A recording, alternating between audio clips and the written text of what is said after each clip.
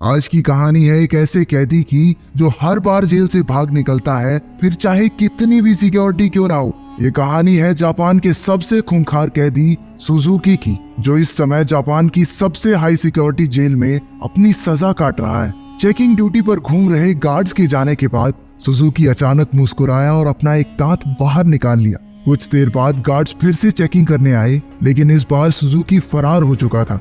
उन्हें वहां किसी के मौजूद होने का शक हुआ, लेकिन सुजुकी भी कोई कच्चा खिलाड़ी नहीं था। वो बिना आवाज किए रोशनी से बचता हुआ इधर से उधर छुपता रहा। जब गार्ड्स ने आइसोलेशन सेल की दोबारा चेकिंग की तो वो समझ गए कि सुजुकी भाग चुका है। उन्होंने तुरंत बाकी के गार्ड्स को बुलाया और देखते ही देखते वहां भीड़ इकट्ठा हो गई। जब सुजुकी छत से भाग रहा था तो जोर जोर से जेल के सायरन बजने लगे।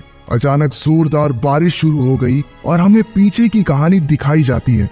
12 साल पहले कुछ कैदियों को एक जेल में लाया गया था। उनमें से एक सुजुकी भी था जो वहां 10 साल की सजा काटने आया था। क्योंकि वो कभी कुछ बोलता नहीं था तो सबने मान लिया कि वो शायद गूंगा है। उसकी छाती पर माउंट फीजी का उल्टा टैटू भी था। सुजुकी उस समय भी जेल से भागने के लिए मशहूर था और अब तक 3 बार ऐसा कर चुका था। इसके बाद सुजुकी को एक छोटे से कमरे में लाया गया जहां सिर्फ एक रोशनदान था। उसने रोशनदान को ध्यान से देखा। उसके दिमाग में जरूर कुछ चल रहा था। बाहर गार्ड ने जेल के वार्डन मिस्टर कानीमुरा से कहा कि सुजुकी इस बार तो हरगिज नहीं भाग पाएगा, लेकिन जैसे ही उसने शीशे से देखा सुजुकी तो पहले ही गायब हो चुका था। वार्डन ने पूरे शहर को घेरने के ऑर्डर्स दिए ताकि सुजुकी किसी भी हालत में बच ना पाए, लेकिन गार्ड्स ने तो उसे 20 ही मिनट में पकड़ लिया। पता नहीं क्यों पर सुजुकी ट्रेन की पटरी पर सीधा भागता जा रहा था। इसके बाद उसे फिर से उसी कमरे में कैद कर दिया गया, लेकिन इस बार उसके हाथों में हथकड़ियां थी। जब एक गार्ड ने अंदर झांक कर देखा तो सुजुकी मुंह पर चादर ओढ़े सो रहा था। गुस्से में उसने सुजुकी को चादर हटाने को कहा क्योंकि वो कोई चांस नहीं लेना चाहते, लेकिन जब बार बार कहने पर भी उसने चादर नहीं हटाई तो गार्ड्स ने मिलकर उसकी बुरी तरह पिटाई की। अगली सुबह वार्डन ने सुजुकी के सारे पुराने रिकॉर्ड्स निकाले। ध्यान से पढ़ने पर उसे पता चला कि जब भी सुजुकी जेल से भागता है तो हर बार वो ट्रेन की पटरी पर ही पकड़ा जाता है। रात को वार्डन गार्ड्स के साथ चेकिंग पर निकला। वो सुजुकी के सेल में पहुंचकर हैरान रह गए क्योंकि उसने किसी तरह अपनी हथकड़ियां खोल दी थी। गुस्से में गार्ड्स ने उसे मारते हुए पूछा, कैसे खोली हथकड़ियां? हाँ, कैसे खोली हथकड़ियां? लेकिन हमेशा की तरह सुजुकी चुप रहा। एक बार फिर से उसकी जमकर धुलाई हुई। एक दिन सुजुकी एक छोटी सी तार से खेल रहा था जिसे किसी तरह छुपाकर वो जेल के अंदर ले आया था। सवाल ये उठता है कि वो इस तार को अंदर लाया कैसे? मुंह में छुपा के? ना, गू में छुपा के। इसी तार की मदद से वो अपनी हथकड़ियां खोलता था। कुछ दिन बाद वार्डन एक हफ्ते की छुट्टी पर अपने घर चला गया। अब सुजुकी के पास भागने का बहुत अच्छा मौका था। उसने अपनी तार निकाली और ताला खोलने की कोशिश की। जल्द ही वहां एक गार्ड चेकिंग के लिए आ गया। उसने झांक कर देखा कि सुजुकी फिर से अपना मुंह ढककर सो रहा था, लेकिन इस बार गार्ड बिना कुछ कहे चला गया। लेकिन असलियत तो ये थी कि सुजुकी अंदर था ही नहीं। वो तो छिपकली बनकर छत से चिपका बैठा था। वो जेल से भागने के लिए सही मौके के इंतजार में था। गार्ड के जाने के बाद वो धीरे धीरे ऊपर तक पहुंच गया। उसने छत की एक खोखली जगह पर मुक्का मारा और वहां से भाग निकला। जब गार्ड्स को पता चला तो उन्होंने तुरंत सायरन बजा दिया। वार्डन को भी खबर पहुंचा दी गई और वो तुरंत जेल के लिए निकल गया। अगली सुबह पुलिस वाले सुजुकी को पकड़ने का प्लान बना रहे थे, तभी वार्डन भी वहां पहुंच गया। उसने कहा कि सारे प्लान छोड़कर सिर्फ एक टीम पास की ट्रेन की पटरियों पर भेज दो। ऑफिसर्स को भी लगा, अरे बूढ़ा हो गया वार्डन, दिमाग सटिया गया इसका, अरे वो पागल थोड़ी है, हर बार सेम जगह जाएगा। लेकिन जब वार्डन ने उन्हें विश्वास दिलाया कि उसे 100% भरोसा है कि सुजुकी वहीं मिलेगा, तो उन्होंने उसकी बात पर भरोसा करके टीम भेज दी और उसकी बात सच भी निकली। सुजुकी को एक बार फिर से ट्रेन की पटरियों पर पकड़ लिया गया। जेल से निकलने में तो ये चाचा चौधरी बन जाता है, कंप्यूटर से तेज दिमाग। बाद में क्या हो जाता है इसे? क्योंकि वार्डन की सूझबूझ की वजह से सुजुकी पकड़ा गया तो उसके काम से खुश होकर उसे प्रमोट कर दिया गया। अब वो एक बड़ा ऑफिसर बन चुका था जो देश की सारी जेलों में जाकर कैदियों की हालत की चेकिंग करता था।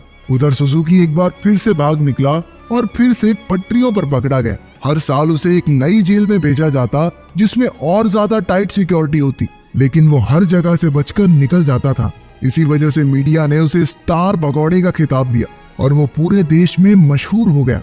12 साल बाद उसे सेंट्रल जेल में लाया गया। यहाँ वो कड़ी सिक्योरिटी में था क्योंकि 10 गार्ड सिर्फ उसी पर निगरानी रखने के लिए खड़े थे। उसका कमरा भी पूरी तरह सीमेंट से बना था और दरवाजे पर कई ताले थे। ये वही आइसोलेशन सेल है जो हमने कहानी की शुरुआत में देखा था। गार्ड्स के जाने के बाद सुजुकी ने चारों ओर नजर दौड़ाई। वो एक बार फिर से भागने की तैयारी में था। एक गार्ड ने खाना लाकर उसके सेल में रखा, लेकिन उसके जाने से पहले ही सुजुकी ने उसे पकड़कर हथकड़ी लगा दी।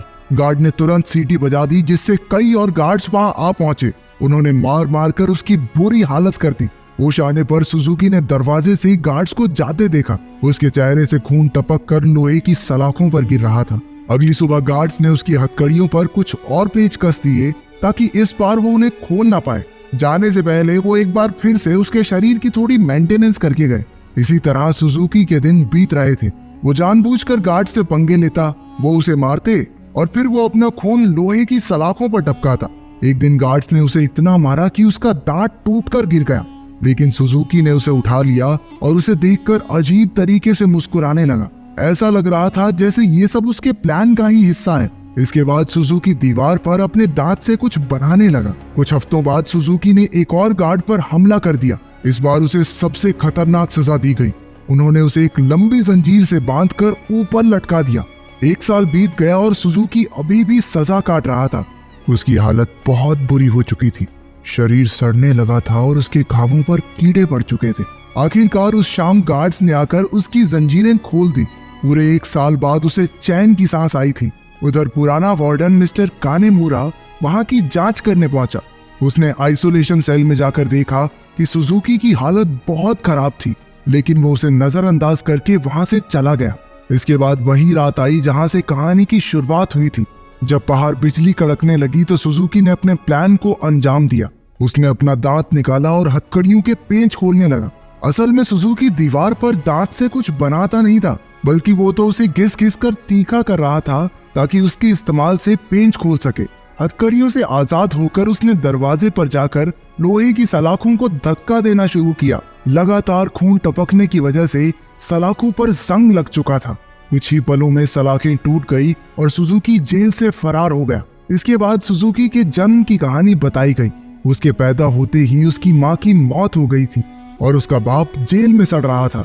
इसी वजह से वो अपने रिश्तेदारों के घर पला। एक दिन सुजुकी जंगल में प्रैक्टिस कर रहा था जब उसे दूर से एक आदमी आता दिखाई दिया। ये कोई और नहीं, उसका बाप था। उन्होंने कुछ समय बातें की और तभी उसने अपने पिता की छाती पर माउंट फिजी का एक टैटू देखा। बदकिस्मती से जल्द ही वहां कुछ पुलिस वाले आ गए जो सुजुकी के पिता को पकड़ना चाहते थे। वो उन्हें देखकर रेल की पटरी पर सीधा सीधा भागने लगा। इस दिन सुजुकी ने कसम खाई कि एक ना एक दिन अपने पिता से जरूर मिलेगा। वर्तमान समय में सुजुकी फरार होकर एक बार फिर से पटरियों पर दौड़ रहा था। मिस्टर कानीमुरा ने पीछे से उसे रुकने के लिए आवाज दी और हैरानी की बात यह थी कि वो रुक भी गया। कुछ ही देर में गार्ड्स की एक टीम आकर उसे पकड़कर ले गई। देश की सबसे कड़ी सिक्योरिटी की जेल भी सुजुकी को नहीं रोक पाई, इसलिए मिस्टर कानीमुरा ने उसे धरती की सबसे खतरनाक जेल प्रिजन आइल में भेजने के ऑर्डर्स दे दिए। प्रिजन आइल किसी मामूली जेल की तरह नहीं थी। वो समंदर के बीचों बीच बनी थी, जहां लगातार तेज बहाव रहता था और सबसे जरूरी बात, वहां ट्रेन की पटरी तो बिल्कुल नहीं थी और तो और समंदर शार्क्स से भरा हुआ था। इसलिए वहां से भागकर बच निकलना एकदम नामुमकिन था। जेल के अंदर के हालात भी इतने ही खतरनाक थे। पूरी जेल में चारों ओर हजारों गार्ड्स थे और अगर कोई कैदी भागने की कोशिश करता तो उसे देखते ही गोली मार देने के ऑर्डर्स थे। जब सुजुकी वहां पहुंचा तो उसे तुरंत उसके सेल में बंद कर दिया गया। वो कोई कमरा नहीं बल्कि कुछ रॉड्स थी जिन्हें सुजुकी के शरीर के आसपास ऐसे जोड़ दिया गया था जिससे भागना तो दूर, वो हिल डुल भी ना सके। उधर कानीमुरा ने जेल की लाइब्रेरी में जाकर सुजुकी के बारे में जानकारी निकालनी शुरू कर दी। ढूंढने पर उसे कुछ पुरानी फाइल्स मिली जिन्हें वो पढ़ने लगा। उधर जेल में सुजुकी ध्यान लगाकर खड़ा था। हालांकि बाकी लोगों के लिए वहां से भागना नामुमकिन था, लेकिन सुजुकी के दिमाग में कुछ तो खिचड़ी पक रही थी। अचानक उसने अपने दोनों कंधों को डिसलोकेट कर लिया और उस छोटी सी जगह से सिकुड़कर धीरे धीरे बाहर निकलने लगा। एक कैदी ने उसे ऐसा करते देख लिया, लेकिन वो इतना नशे में बंद था कि कुछ बोल नहीं पाया। उधर कानीमुरा अभी भी अपनी रिसर्च कर रहा था कि जेल के सायरन बजने लगे। हालांकि परेशान होने की बजाय जेल का वार्डन खुश हो गया, क्योंकि वहां से बचकर निकलने का कोई रास्ता था ही नहीं। ऊपर से आज सारे गार्ड्स को एक कैदी को गोली मारने का मौका मिलेगा। मिस्टर कानीमूरा ने उसे समझाने की कोशिश की कि सुजुकी कोई आम कैदी नहीं है, लेकिन वार्डन ने उसकी बात को नजरअंदाज कर दिया। अगली सुबह कई गार्ड्स को बंदूकें देकर पूरे आइलैंड में फैला दिया गया। वार्डन अपने आदमियों को कुछ समझा रहा था कि वहां मिस्टर कानीमूरा आ गया। उसने वार्डन को बताया कि सुजुकी असल में अपने बाप को ढूंढने आया है जो इसी आइलैंड पर कैद है। ये सुनकर सब हक्के बक्के रह गए और तभी सुजुकी की असलियत का खुलासा हुआ। असल में अब तक जो भी हुआ वो सब सुजुकी के प्लान का एक हिस्सा था। वो बार बार जेल से भागकर जानबूझकर पकड़ा जाता था ताकि आखिरकार प्रिजन आइल तक पहुंच सके। उसका असली मकसद था अपने पिता को आजाद करवाना। आखिरकार सुजुकी अपने पिता से मिला और एक दूसरे को इतने साल बाद देखकर दोनों खूब रोए। बदकिस्मती से मिस्टर कानीमूरा वार्डन और बाकी के गार्ड्स के साथ वहीं आ रहा था, लेकिन उनके पहुंचने से पहले ही सुजुकी उस बूढ़े आदमी के साथ गायब हो गया। सुजुकी अपने पिता को आइलैंड के छोर तक ले आया। उसने पहले से ही वहां एक पैराग्लाइडर तैयार कर रखा था। दोनों पैराग्लाइडर पर चढ़े और दूर उड़ गए। दूसरी ओर मिस्टर कानीमूरा ने एक बूढ़े आदमी से बात करने की कोशिश की जो सुजुकी के पिता के साथ ही कैद था। तभी उसने माउंट फिजी का एक टैटू उस आदमी की छाती पर देखा, जिसका सीधा मतलब ये था कि इतने सालों की कड़ी मेहनत के बाद भी सुजुकी गलत आदमी को लेकर भाग गया। अब इससे पूरी किस्मत तो किसी की नहीं हो सकती। क्या आप अपने पिता के लिए इतनी परेशानियां सह सकते हैं? कमेंट्स में जरूर बताना।